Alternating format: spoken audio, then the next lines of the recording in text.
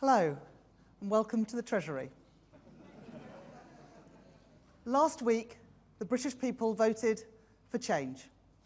And over the last 72 hours, I have begun the work necessary to deliver on that mandate. Our manifesto was clear. Sustained economic growth is the only route to the improved prosperity that our country needs and to improve the living standards of working people. Where previous governments have been unwilling to take the difficult decisions to deliver growth or have waited too long to act, I will not hesitate. Growth was the Labour Party's mission in opposition. It is now our national mission. There is no time to waste. This morning, I want to outline the first steps that this new Labour government has taken to fix the foundations of our economy, so we can rebuild Britain and make every part of our country better off. But first, let me address the inheritance.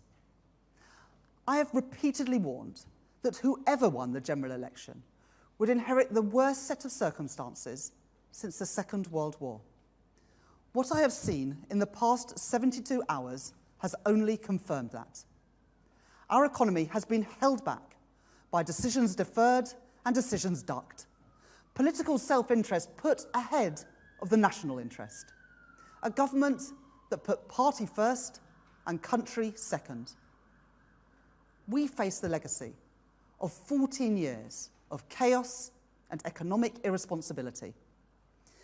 That is why, over the weekend, I instructed Treasury officials to provide an assessment of the state of our spending inheritance so that I can understand the full scale of the challenge, and I will present this to Parliament before the summer recess.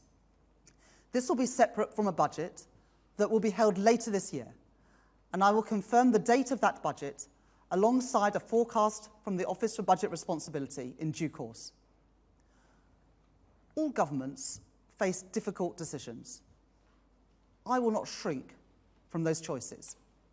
Those choices are made harder, however, by the absence of the economic growth necessary, not only to balance the books, but also to improve living standards. New Treasury analysis that I requested at the weekend shows that had the UK economy grown at just the average rate of other OECD economies this last 14 years, our economy today would be over £140 billion larger.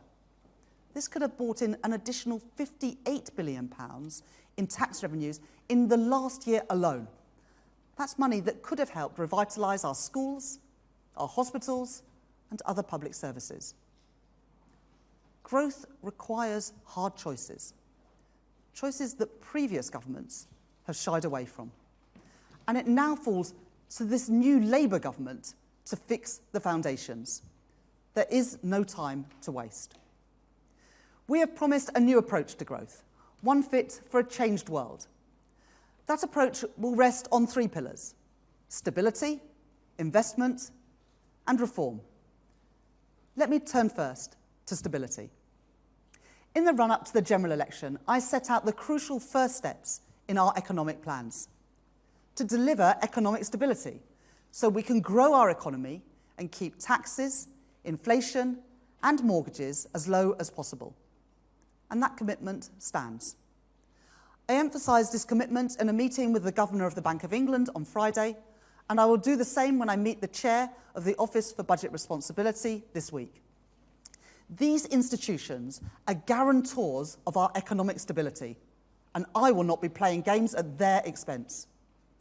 Over the weekend, I made clear to Treasury officials that the manifesto commitments that we were elected on will be kept to and they will be delivered on. That includes robust fiscal rules. And it includes our commitments to no increases in national insurance and the basic higher or additional rates of income tax or VAT. Now, I know that there are some who will argue that the time for caution is past, who hold that the platform on which we were elected, the platform that the British people voted for last week, can now be swiftly forgotten, that we can toss aside those fiscal rules or renege on our tax pledges, that a large majority in Parliament means we have the licence to row back on the principles of sound money and economic responsibility. I know that many of you aren't used to hearing this after recent years, but I believe that the promises that a party is elected on should be delivered on in government, and we will do so. We do not take lightly the trust of voters who have been burned too often by incompetence, irresponsibility, and recklessness. And to investors and businesses who have spent 14 years doubting whether Britain is a safe place to invest. And let me tell you, after 14 years, Britain has a stable government, a government that respects business, wants to partner with business, and is open for business. In an uncertain world, Britain is a place to do business. Let me turn to how we will unlock that private investment that we so desperately need.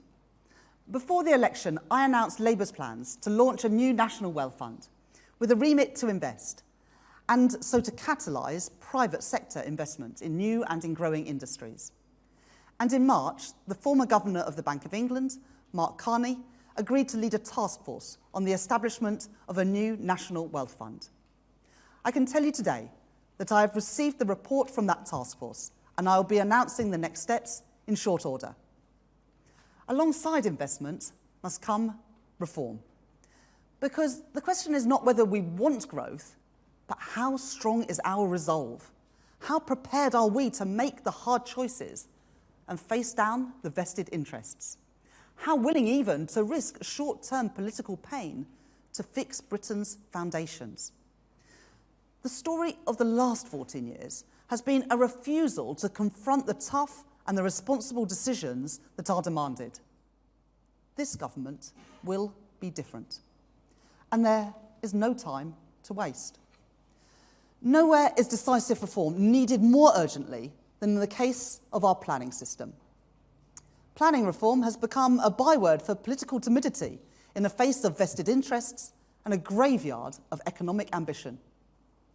Our antiquated planning system leaves too many important projects tied up for years and years in red tape before shovels even get in the ground. We promised to put planning reform at the centre of our political argument, and we did. We said we would grasp the nettle of planning reform, and we are doing so.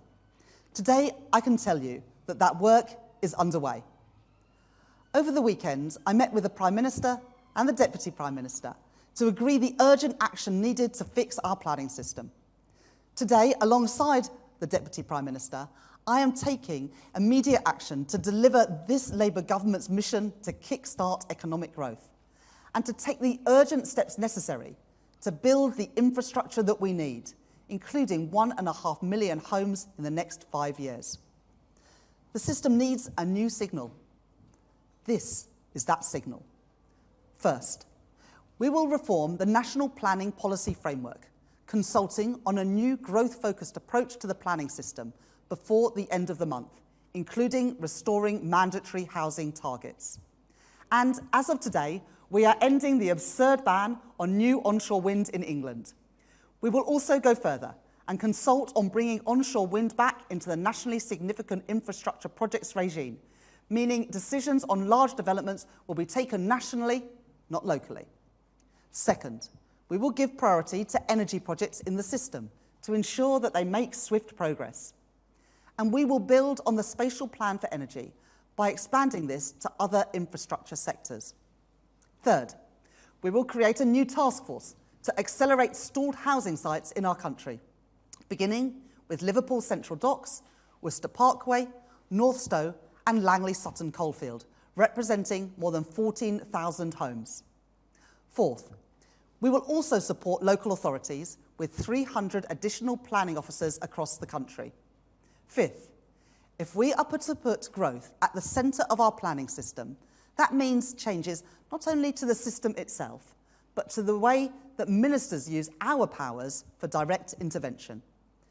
The Deputy Prime Minister has said that when she intervenes in the economic planning system, the benefit of development will be a central consideration, that she will not hesitate to review an application where the potential gain for the regional and national economies warrant it. And I welcome her decision to recover 2 planning appeals already for data centres in Buckinghamshire and in Hertfordshire.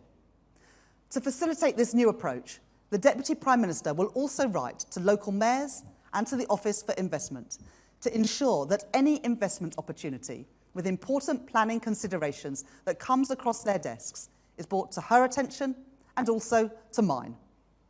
The Deputy Prime Minister will also write to local planning authorities alongside the National Planning Policy Framework consultation, making clear what will now be expected of them, including universal coverage of local plans and reviews of greenbelt boundaries.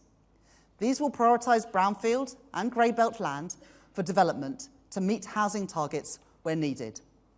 And our golden rules will make sure that the development this frees up will allow us to deliver the thousands of affordable homes too, including more for social rent.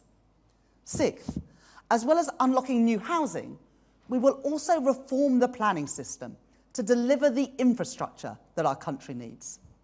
Together, in these early days of this new Labour government, we will ask the Secretary of State for Transport and the Secretary of State for Energy Security and Net Zero to prioritise decisions on infrastructure projects that have been sitting unresolved for far too long. And finally, we will set out new policy intentions for critical infrastructure in the coming months, ahead of updating relevant national policy statements within the year. I know that there will be opposition to this.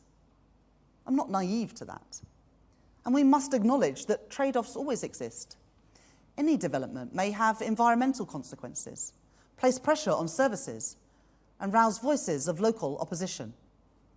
But we will not succumb to a status quo which responds to the existence of trade-offs by always saying no, and relegates the national interest below other priorities. This Labour government has been elected on a mandate to get things done, to get Britain building again. We will make those tough decisions to realise that mandate. With these steps, we have done more to unblock the planning system in the past 72 hours than the last government did in 14 years. Be in no doubt, we are going to get Britain building again. We are going to get Britain's economy growing again, and there is no time to waste. We will end the prevarication and make the necessary choices to fix the foundations. We will introduce a modern industrial strategy to create good work and drive investment in all of our communities. We will reform our skills system for a changing world of work. We will tackle economic inactivity and get people back to work. We will take on the hard work of reforming our public services to make them fit for the future. We will work closely with our national, regional and local leaders to power growth in every part of Britain. And we will turn our attention to the pension system to drive investment in homegrown British business and to deliver greater returns to pension savers. I know that voters' trust cannot be repaid through slogans or through gimmicks, only through action, only through delivery. The Treasury I lead is proceeding on that basis. I was appointed to this post less than 72 hours ago. Upon my arrival, I told Treasury staff that the work starts straight away. That work has begun. I've commissioned and received economic analysis from Treasury officials on the lost growth of the last 14 years, which I have set out today. I've instructed Treasury officials to prepare an assessment of the state of our spending inheritance to be presented to Parliament before the summer recess. I have started work with the Prime Minister to make the necessary preparations for the establishment of a growth mission board, and that board will meet before the end of this month, focused squarely on reviving our country's economic growth and prosperity. I have established a new growth delivery unit here at the heart of the Treasury. I have received the recommendations of the National Wealth Fund Task Force and will shortly be announcing the next steps. And in these first 72 hours, we have done more to reform the planning system than previous governments have done in 14 years. There is much more to do, more tough decisions to be taken. You have put your trust in us, and we will repay that trust. The work towards a decade of national renewal has begun. There is no time to waste, and we are just getting started. Thank you very much.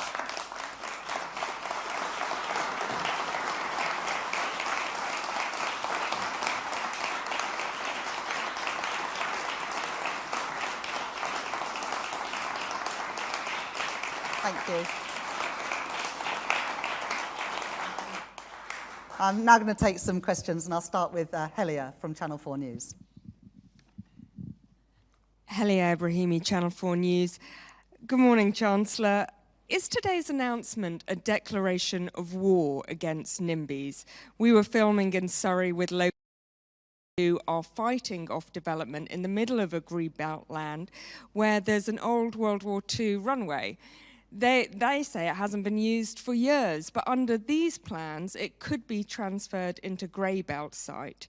Our local resident says NIMBY stands for nature in my backyard, which she has to protect.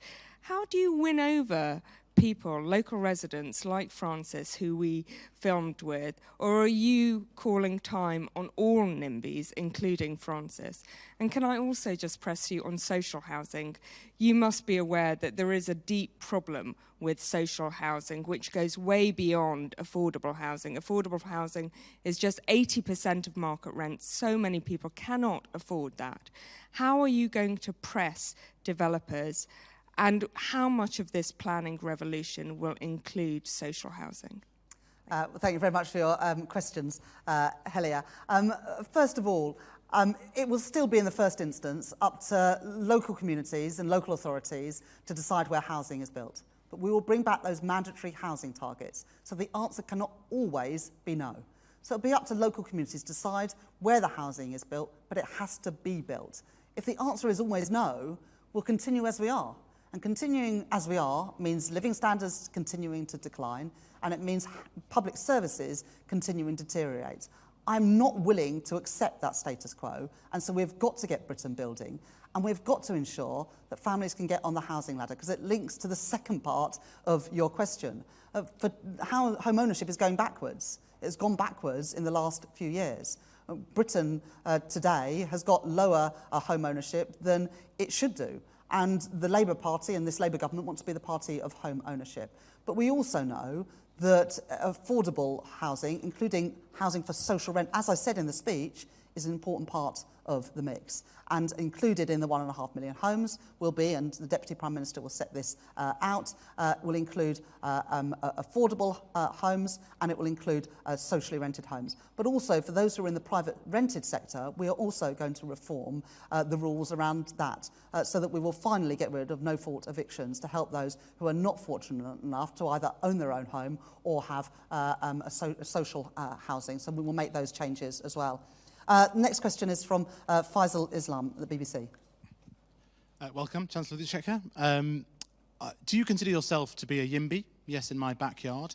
And then, in terms of both the house building and the green infrastructure investment, in history, we've only had this level of house building when the state has been involved. And around the world, the examples which you know of green infrastructure investment have co-invested with the public sector. Are you relying too much on the people behind me from the private sector to deliver this revolution? Will net investment still go down under your leadership at the Treasury?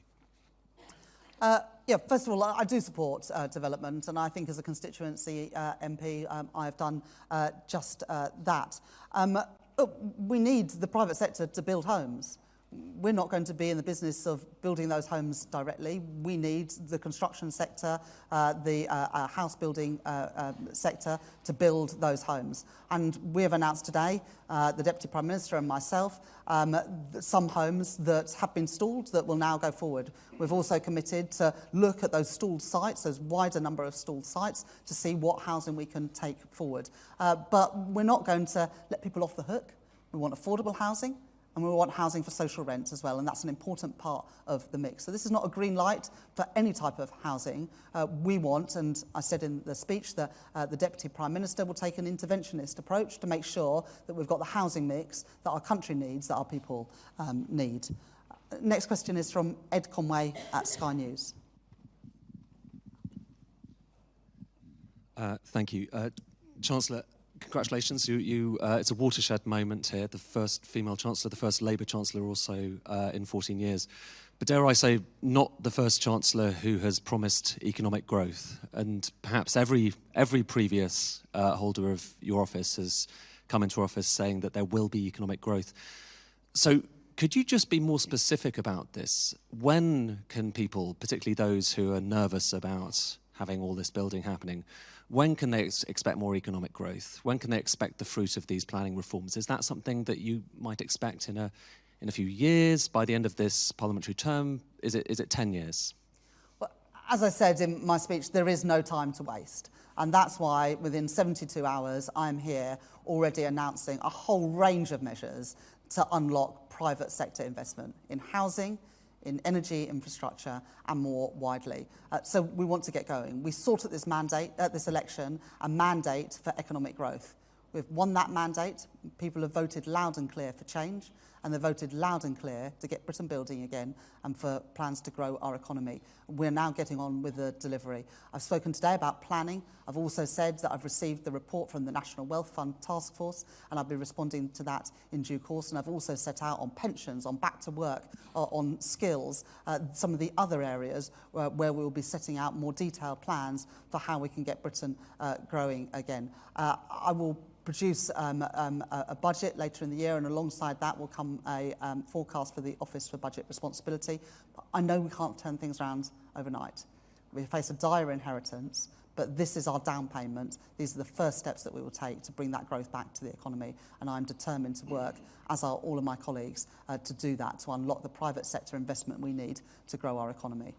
And I'd just say, you know, it's all fine to say that you want growth. Everyone wants growth, but you've got to will the means and not just the ends. You've got to take some of the difficult decisions. Those difficult decisions have been ducked and dived and deferred for the last 14 years. I think you can see today that I mean business. We're getting on with the work that's needed to unlock that growth. Next question from Joel Hills from ITV. Thank you, Chancellor. 1.5 million new homes a year. In the Parliament, 300,000 new homes a year. We haven't built new homes on that scale since the 1950s. When will your government deliver on 300,000 new homes a year, please? And most economists will tell you it's not just building homes isn't enough. They've got to be in the right place, right? They've got to be where the jobs are or where affordability is most stretched. Can you guarantee that you will tweak the targets, the mandatory targets that you plan to reintroduce, which weren't necessarily a solution in the past, but when you introduce them, they will be tweaked to reflect that the homes need to go in the right place?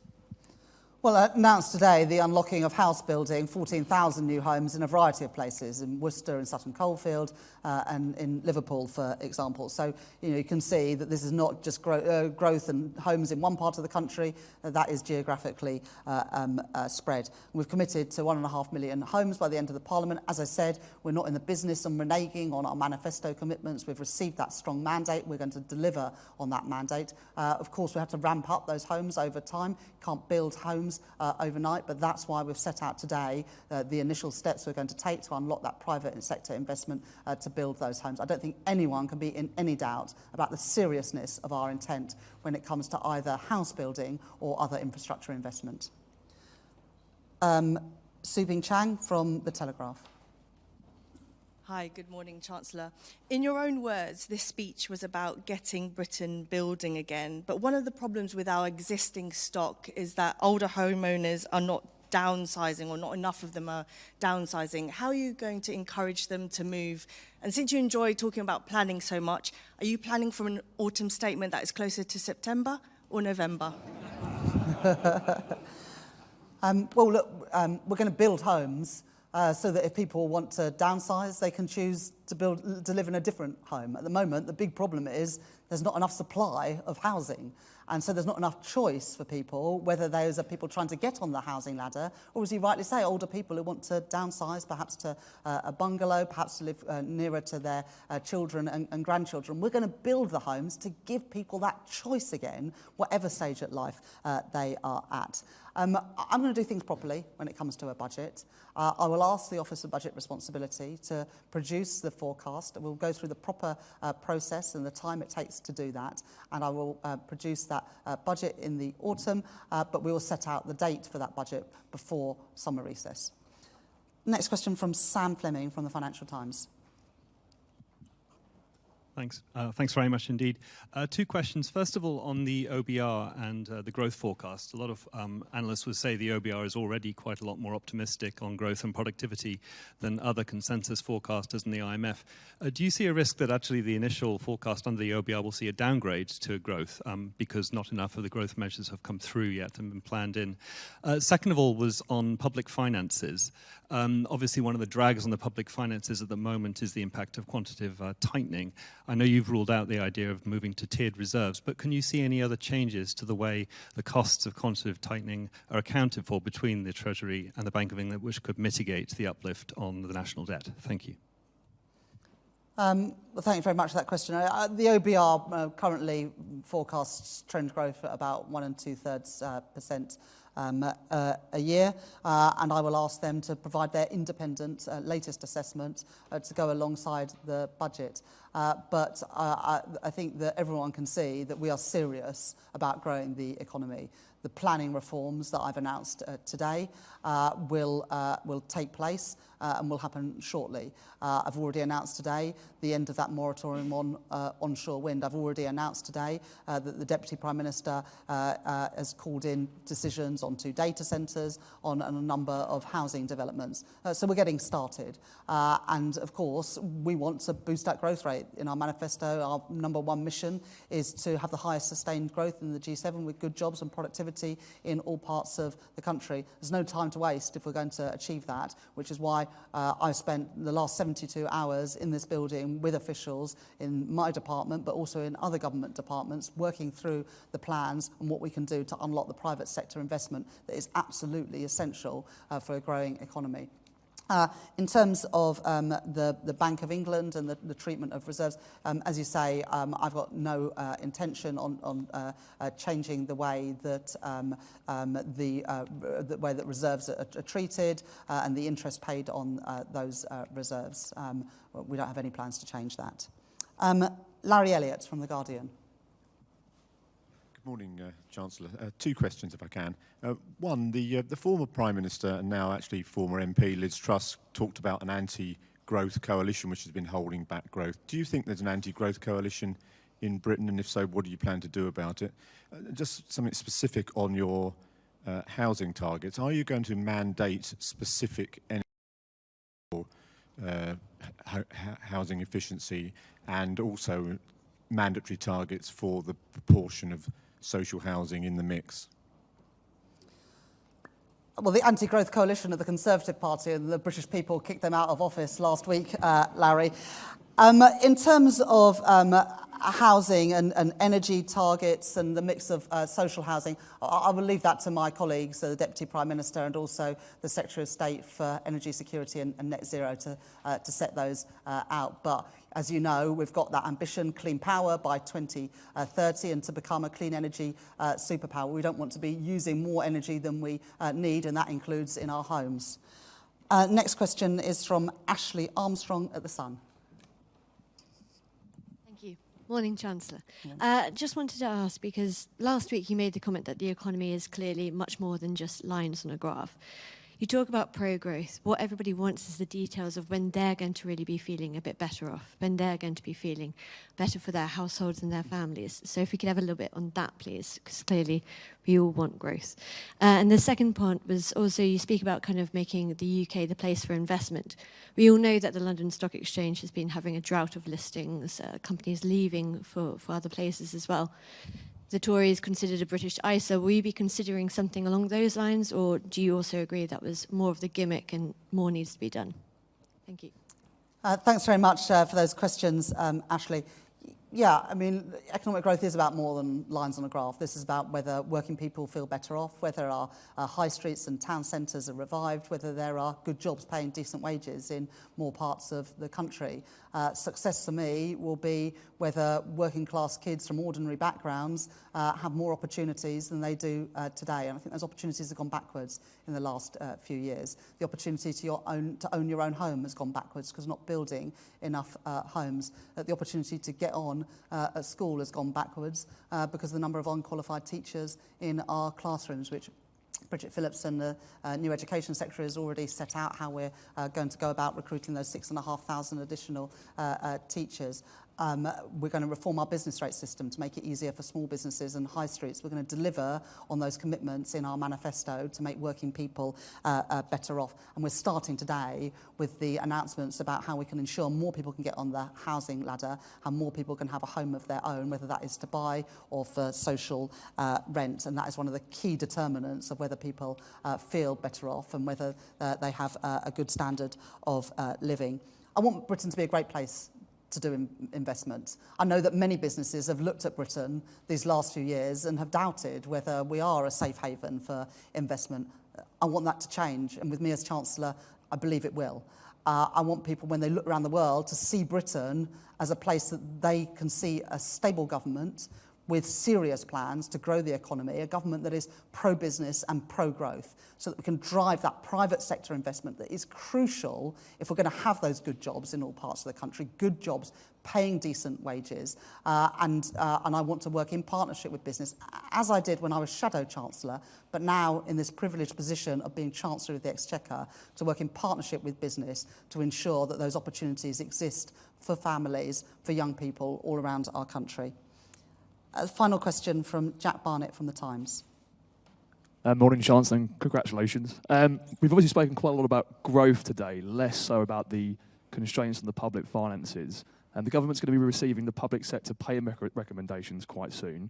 I was just wondering whether or not the government is going to be able to match those in full, given the fact that the public finances at the moment are fairly strained. You're right, Jack, that I've used this first opportunity to give a speech to talk about economic growth. That's because it's the number one mission of this incoming Labour government to grow our economy and bring good jobs and productivity growth to all parts of the country. And I wanted to start, like I mean to go on, as a pro-growth Chancellor with serious plans to unlock that business investment that is needed to realise our ambitions. But I also set out today that I have asked the Treasury officials this weekend to provide an update to me on the state of the public finances and the inheritance. And I will present that to Parliament before the end of this month. I will also at that time set out the date for the budget alongside the OBR forecast. In terms of public sector pay, there's a process to go through there. The pay review bodies report to the Secretaries of State and we will go through those plans. I'm under no illusions about the scale of the inheritance. I've been clear about that in the speech today. I've been clear about that these last few weeks.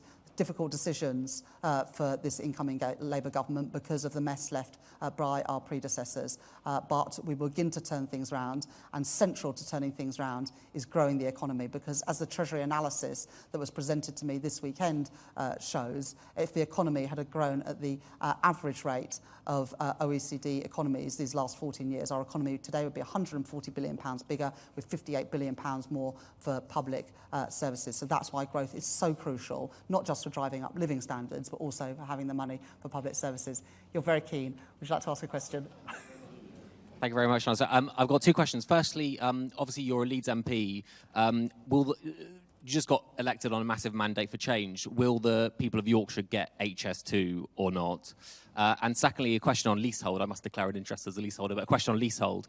Will Labour take on Labour councils who are also freeholders for ex-council flats? And will they imply the same new rules to leaseholders as you're promising for private freeholders? First of all, on HS2, I was really clear in opposition that we're not going to make any promises without saying where the money's going to come from. That's not going to change now that I'm Chancellor of the Exchequer. I'm not going to make any commitments without being able to say where the money is going to come from. On leaseholders, yes, of course, that would apply for local authorities as much as it does for private sector landlords. Thank you for your persistence, and thank you very much, everybody, for coming along today.